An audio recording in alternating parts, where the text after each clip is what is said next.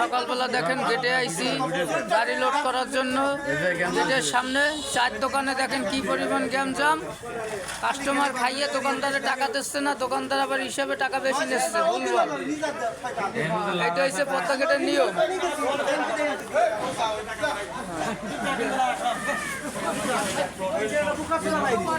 লালা কি হয়েছে? তোর দোকানে কয় টাকা বেশি নিয়েছে? বেশি না। তাহলে কি হয়েছে? ক্যামেরার সামনে কথা বলতে হবে, লুকন যাবে না। কি হয়েছে?